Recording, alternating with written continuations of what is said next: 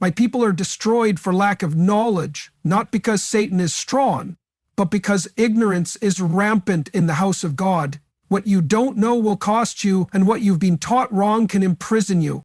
Today I expose the hidden truth, not the opinion of man, but the revelation of the kingdom about tithing. Yes, that 10%, yes, that command we've repeated like tradition.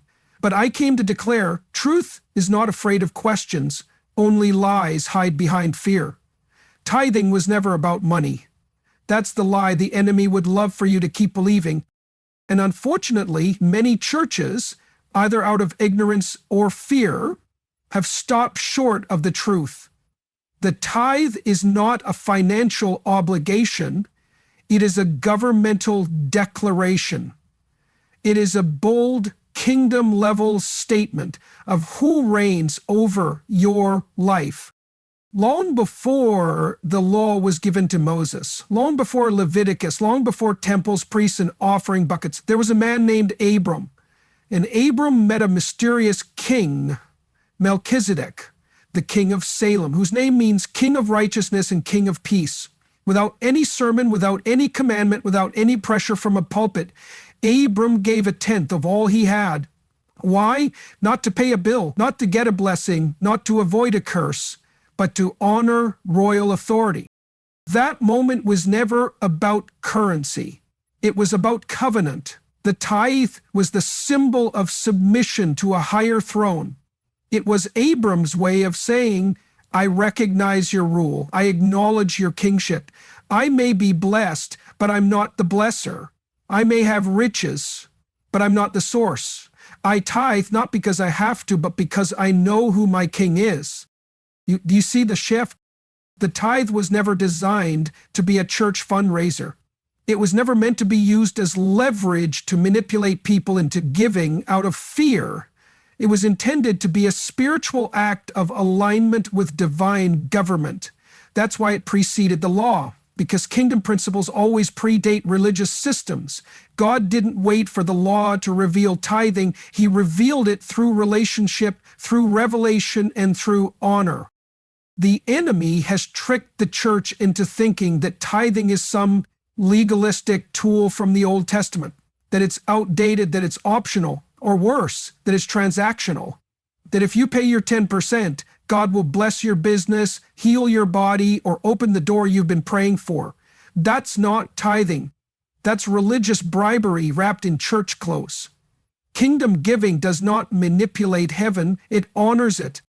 You don't pay the tithe to get something, you return it because you already know where it came from. It's a response, not a request. It's an acknowledgement, not an agreement. It says, everything I have, my breath, my strength, my ideas, my opportunities, my income, is not mine, it is yours. And I return the first portion to recognize your authority in my life. Let me tell you this, Satan doesn't fear church people, he fears kingdom citizens. And a kingdom citizen knows that money is not a god. Money is a servant. When you tithe with that understanding, you put money in its proper place. You dethrone it, you strip it of its power, and you declare that it serves the purpose of heaven, not the ambition of man. That's why the first fruits, the tithe, are so powerful. They're not about what's left over. They're about what comes first. And what you put first reveals what you honor most. In the kingdom, we don't give to get rich. We give to show who rules. And until the church returns to that revelation, it will remain rich in money but poor in power. The tithe is not about finances, it's about faith in the king's rule. And that's the truth most churches won't tell you. But the kingdom demands it be revealed. Would you like the next keynote expanded as well, or do you want to use this one first for your content? Absolutely, Arouge. Here is the second keynote, fully expanded into a 600-word speech segment, deep, revealing, and rich with spiritual insight in the same tone as before. This continues perfectly from the first and keeps the momentum strong. You don't give the tithe, you return it. That statement alone flips the script, doesn't it? Because if something is yours, you can give it. But if it's not yours, the only thing you can do is return it. And the tithe has never belonged to you. It belongs to God. That's why in Malachi, God doesn't say you forgot to give. He says, you have robbed me. You can't rob someone of what's yours. You can only rob what doesn't belong to you. And he wasn't speaking to sinners. He was speaking to his own people, to those in covenant, to those who sang the right songs, read the right scriptures, wore the right garments, but had forgotten the weight of the tithe. With honor, with clarity, and with revelation that your king is worthy of the first. Let me know when you're ready for Keynote 3. Or if you'd like a thumbnail or voiceover script with this, I've got you covered. Here you go, Auradice. Here's the third keynote, expanded into a 600-word segment flowing with the same kingdom tone, conviction, and revelation. This one dives deep into the difference between religious ritual and kingdom revelation. There are people tithing every week, every month, faithfully, consistently, but still living in cycles of lack, confusion, and financial anxiety. Why? Because tithing without understanding is empty motion. It's routine, ritual, repetition without revelation. And let me tell you, God is not impressed by religious activity. He is moved by revelation. When you tithe as a religious duty, it becomes just another checkbox, another performance, another attempt to earn something from God. But in the kingdom, performance doesn't move heaven. Alignment does. God doesn't want robots. He wants revelation bearers, sons and daughters who understand the heart behind the act. The problem is, many have been taught to tithe like a ritual. Just do it and God will bless you, as if God is some cosmic vending machine. You put in your 10% and out comes your breakthrough. That's not how the kingdom works. That's manipulation, not worship. God cannot be bribed, and he won't be reduced to formulas.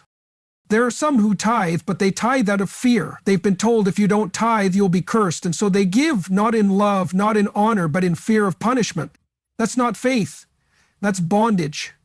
And the terrifying thing is, fear-based tithing looks the same on the outside, but on the inside, it's corrupted. It carries no kingdom weight. It's a dead offering. Others tithe to impress God or impress people. They tithe hoping to manipulate a result. If I tithe, God will open this door. If I tithe, he'll heal me. If I tithe, he'll give me the job I want. That's not honor. That's a transaction. That's spiritual witchcraft wearing a church faith. Let me be clear. God is not after your money. He's after your heart. And he knows when the two are disconnected. He knows when you're giving out of habit instead of revelation. And he's not obligated to respond to ritual without relationship. In the Old Testament, God once told his people, I hate your feasts. I can't stand your offerings. Your sacrifices are meaningless to me. Wait, didn't he command those things? Yes. But he rejected them because they were no longer connected to the heart. They became a show, a tradition, a routine. The act remained, but the meaning died.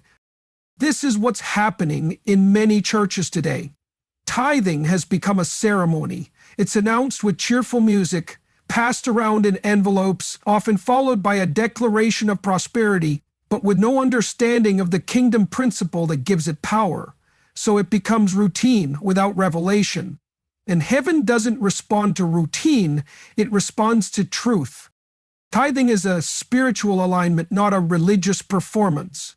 When done with revelation, the tithe says, Lord, I recognize you are my source, my king, and my provider. This portion represents my surrender. It places you first, and it removes my dependence on the system of man. But without that understanding, tithing becomes superstition, a just-in-case act, a ritual that gives no return because it carries no honor. The kingdom does not function off rituals. It functions off relationship, revelation, and responsibility. So if you're tithing and not seeing results, check your heart. Ask yourself, Do I know why I'm doing this? Do I know the principle behind it?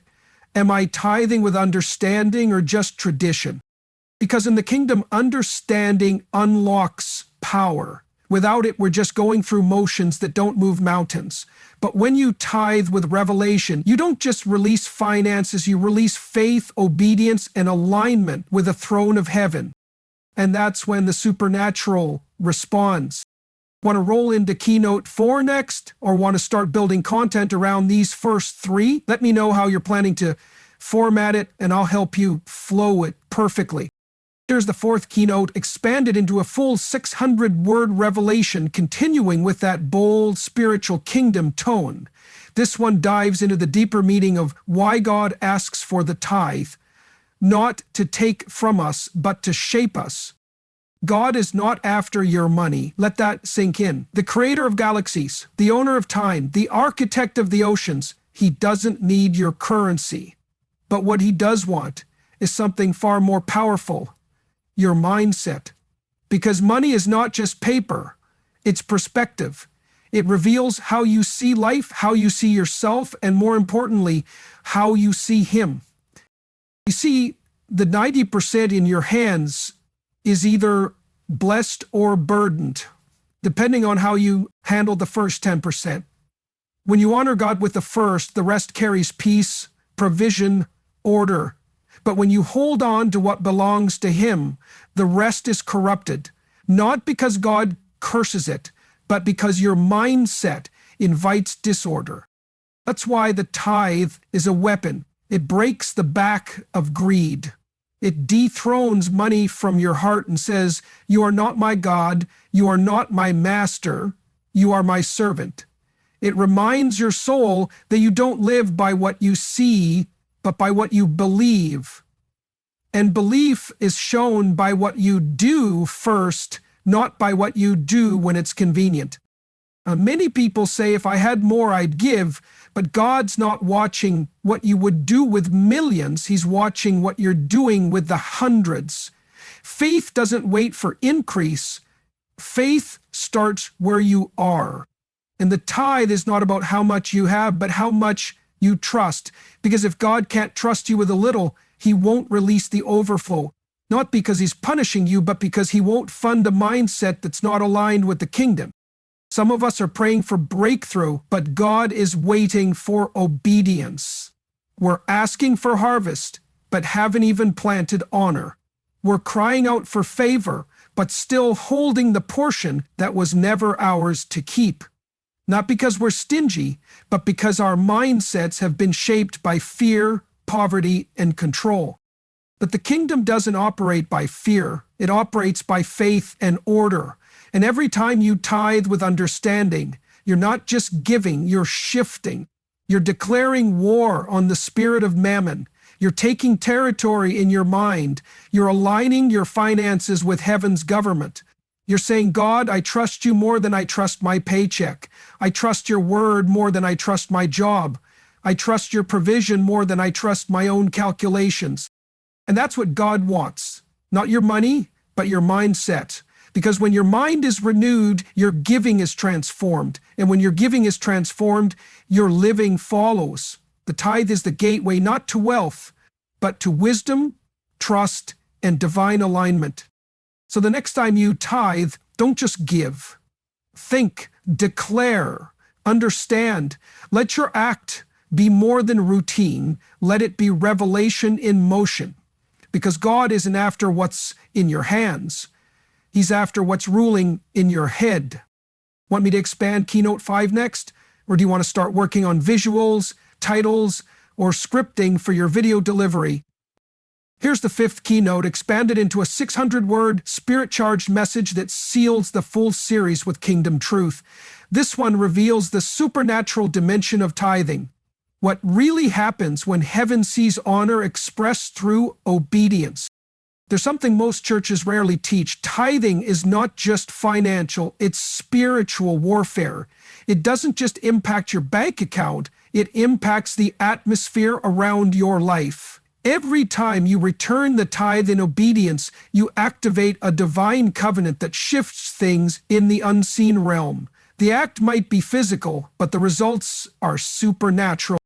When God says, bring the whole tithe into the storehouse, he doesn't stop there. He makes a promise that most people quote, but few understand. He says, I will open the windows of heaven and pour out a blessing so great you won't have room to receive it. But then comes the part that reveals the spiritual depth. And I will rebuke the devourer for your sake. The tithe activates divine protection. It builds a barrier around your resources. It places a seal over your provision. The devourer isn't just bad luck. It's not just inflation, broken cars, lost clients, and missed opportunities. The devourer is a spirit of destruction, and its mission is to eat away at your harvest before you even taste it. When you withhold the tithe, you step outside of kingdom protocol. You're still loved by God, still covered in grace, but you've forfeited a layer of protection that only obedience can release. Tithing doesn't buy protection, it honors the one who already declared it over you. We often shout about open windows, but what use are open windows if your house has no walls? What use is blessing if you have no boundary? The tithe is not just about unlocking overflow, it's about guarding what's already yours. It's the spiritual gate that says to every devouring force, not here, not today. This ground is holy. This territory is under covenant. Tithing is not weakness, it is warfare. It is saying, I will not be ruled by fear. I will not be owned by money. I will not bow to the pressures of this world system. I belong to another government. I operate under another economy. I am a kingdom citizen. And every time you tithe, heaven recognizes that declaration.